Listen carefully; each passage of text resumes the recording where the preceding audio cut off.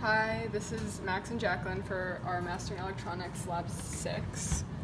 So this is for Part A, our circuit.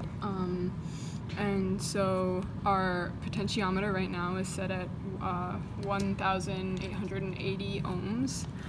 So if we measure VC,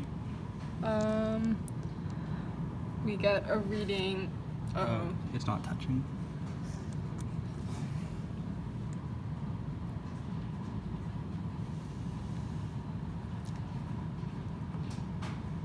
Around 10. Yeah, 9.94 volts. And then when we measure VE, our voltage emitter, it's we around got 5 volts. Hi, so this is our circuit from Part B.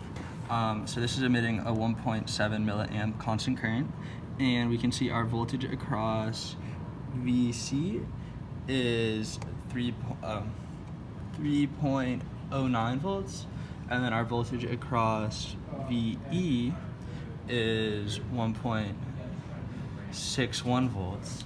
And this potentiometer right now is set at 1,880 ohms. So here is our circuit for Part 3.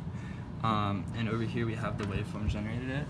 So this yellow line is VN and the blue line is VC. And so right now we're with a DC offset of negative 2.5 volts. So we shifted this blue line down 2.5 volts to make it match up with channel 1. So that means that channel 2 is 2.5 volts higher. And then we have our gain. So we see that the blue wave is has a larger magnitude than our yellow wave, and it's about 2 times bigger. So that means our gain is going to be 20 log 2.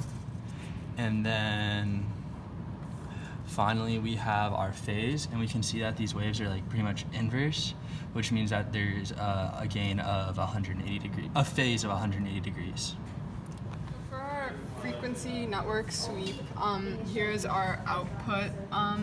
So we have the gain on top where it's around -6, which makes sense because before the first sinusoidal wave was around, it had a peak to peak of 1 and the other one had a half. So that would give us a gain of around 6. Then for our phase, we said before that it should be around 180, and we're getting here that it's 177, which makes sense.